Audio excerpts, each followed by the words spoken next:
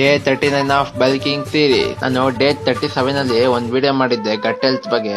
ಈಗ ಅದ್ ಹೆಂಗೆ ಕ್ಲೀನ್ ಆಗಿ ಇಟ್ಕೊಳ್ಳೋದು ಅಂತ ಹೇಳ್ತೀನಿ ಬನ್ನಿ. ಮೊದಲನೇದು ಬಂದು ಫೈಬರ್ ಇರೋ ಫುಡ್ ಕಂಟೆಂಟ್ ಫ್ರೂಟ್ಸ್ ಅಲ್ಲಿ ಇರುತ್ತೆ, ವೆಜಿಟೇಬಲ್ಸ್ ಅಲ್ಲಿ ಇರುತ್ತೆ. ವೆಜಿಟೇಬಲ್ಸ್ ಬಂದ್ರೆ ಮೊದಲನೇದು ಬ್ರೋಕ್ಲಿ, ಎರಡನೇದಾಗಿರುತ್ತೆ ಕ್ಯಾರೆಟ್ ಅಲ್ಲಿ ವಿಟಮಿನ್ ಏನು ಇರುತ್ತೆ. ಮೂರನೇದು ಬಂದು ಸ್ವೀಟ್ ಪೊಟ್ಯಾಟೊ, ಇದರಲ್ಲಿ ಒಳ್ಳೆ ವಿಟಮಿನ್ಸ್ ಅಂಡ್ ಮಿನರಲ್ಸ್ ಇರುತ್ತೆ ಅಂತ ಹೇಳ್ಬೋದು. ಫ್ರೂಟ್ಸ್ ಫಿಶ್ ಬಂದ್ರೆ ಮೊದಲನೇದಾಗಿ ಆಪಲ್, ಎರಡನೇದಾಗಿ ಬನಾನಾ, ಮೂರನೇದಾಗಿರುತ್ತೆ ಪೈನಾಪಲ್ ತುಂಬಾ ಟೇಸ್ಟಿಯಾಗೂ ಇರುತ್ತೆ. ಮತ್ತೆ ಸೆಕೆಂಡ್ ಒಂದ್ ಬಂದ್ರೆ ವಾಟರ್ ಇಂದ ತುಂಬಾ ಬೆನಿಫಿಟ್ ಇದೆ. ನೀವು 3 ರಿಂದ 4 ಲೀಟರ್ ನೀರು ಕುಡಿಲೇಬೇಕಾಗುತ್ತೆ. ಮೂರನೇದು ಬಂದು ಸ್ವೀಟ್ಸ್ ಮತ್ತೆ ಜಂಕ್ ಫುಡ್ಸ್ ಗಳು. ಇವನ್ನೆಲ್ಲ ತಿಂದ್ರೆ ನಿಮ್ ಗಟ್ಟಲ್ಲಿರೋ ಗುಡ್ ಬ್ಯಾಕ್ಟೀರಿಯಾ ಎಲ್ಲ ನಾಶ ಆಗುತ್ತೆ, ಹಾಗೆ ಡೈಜೆಷನ್ ಸಿಸ್ಟಮ್ ತುಂಬಾ ಹಾಳಾಗುತ್ತೆ. ನಾನು ಇದು ಯಾವ್ದನ್ನ ಕಂಪ್ಲೀಟ್ ಆಗಿ ಬಿಡಿ ಅಂತ ಹೇಳ್ತಾ ಇಲ್ಲ, ಇದ್ರ ಜೊತೆ ಆಕ್ಟಿವಿಟೀಸ್ ಗಳು ಮಾಡಿ, ಜಿಮ್ ಹೋಗಿ ಒಳ್ಳೆ ಫುಡ್ ತಿನ್ನಿ. ಬೈ ಚಾನ್ಸ್ ನೀವು ಅವಾಗ ಇವೆಲ್ಲ ತಿಂದ್ರು ನಿಮ್ಗೆ ಯಾವ್ದೇ ಸಮಸ್ಯೆಗಳಾಗಲ್ಲ. ಇರ್ಲಿ, ಮಾತು ನಂದು, ಚಾಯ್ಸ್ ನಿಮ್ದು. ಅಂತ ಜಿಮ್ಮಿಗೆ ಬಂದು ಭಯಂಕರ 3 ಲೆಗ್ ವರ್ಕೌಟ್ ಮಾಡ್ಕೊಂಡು, ಒಂದು ವರ್ಕೌಟ್ ಕಾಪ್ಸಿಗೆ ಮಾಡ್ಕೊಂಡೆ. ಮನೆ ಹೋಗಿ ನನ್ನ ಡಯಟ್ ಮೇಲೆ ತಿನ್ಕೊಂಡು ನನ್ನ ಡೇನ ಎಂಡ್ ಮಾಡಿದೆ. ಸಿಗುವ ನೆಕ್ಸ್ಟ್ ವಿಡಿಯೋಲಿ.